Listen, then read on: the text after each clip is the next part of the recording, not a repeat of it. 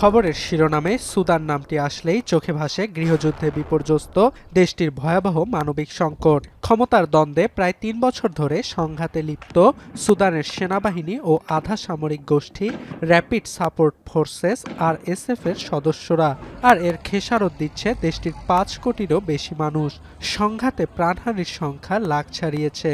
এছাড়া দেশটিতে বাস্তুচ্যুত মানুষের সংখ্যা প্রায় ৯৫ লাখ।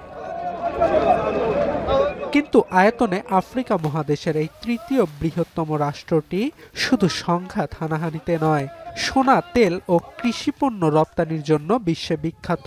নীলনদ দেশটির অর্থনীতিকে করেছে আরও বেশি সমৃদ্ধ, যা দেশটির অভ্যন্তরীণ পক্ষগুলোর সংঘাতে জড়ানোর মূল কারণ। এ কারণে অনেকেরই অভিযোগ, বিশ্বমোড়ল দেশগুলো কলকাঠি নাড়ছে সুদানের চলমান গৃহযুদ্ধে। আর এ তালিকায় শীর্ষে রয়েছে সংযুক্ত আরব আমিরাতের নাম। RSF-কে মদদ দেওয়ার অভিযোগ রয়েছে দেশটির বিরুদ্ধে। আল জাজিরার খবর, সুদানের রপ্তানি আয়ের সবচেয়ে বড় ক্রেতা দুবাই। ২০২৩ সালে সুদান থেকে ১ বিলিয়নেরও বেশি পণ্য কিনে সংযুক্ত আরব আমিরাত, যার বেশিরভাগই সোনা। শুধুমাত্র সিটি ব্যাংকে অ্যাকাউন্ট থাকলেই করতে পারবেন গুগল পে। তাই অ্যাকাউন্ট খুলুন আজই। RSF। তবে দেশটির পূর্বের সোনা খনিগুলোর নিয়ন্ত্রণ এখনও সুদানের সেনাবাহিনীর হাতে। গৃহযুদ্ধের মধ্যেও উৎপাদন বেড়েছে মূল্যবান সোনালী ধাতুটির।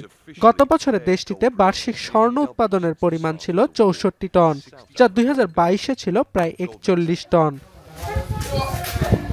সোনা ছাড়াও সুদানের বৈদেশিক আয়ের আরেকটি বড় উৎস তেল। অবিভক্ত সুদানে ২০০১ সাল থেকে ২০১০ সাল পর্যন্ত তেলের দৈনিক উৎপাদন ছিল ২ থেকে ৫ লাখ ব্যারেল।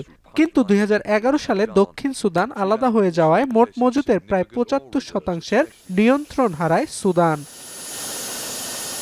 এরপরও দেশটিতে থাকা তেল ক্ষেত্রগুলোর বেশিরভাগেরই নিয়ন্ত্রণ ধরে রেখেছে RSF।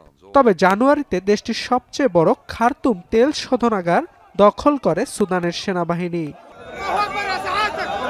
নীলনদের কারণে সুদানের কৃষি খাত বেশ সমৃদ্ধ।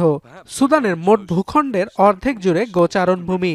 এটিও ভাগাভাগি করে রেখেছে সেনাবাহিনী ও RSF সদস্যরা। ২০২৩ সালে সুদানের মোট রপ্তানির পরিমাণ ছিল ৫ বিলিয়নেরও বেশি। এর মধ্যে সবচেয়ে বেশি রাজস্ব আসে অপরিশোধিত তেল থেকে।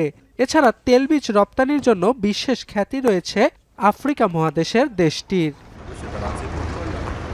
অর্ণব প্রসাদ, এখন বিশ্ব।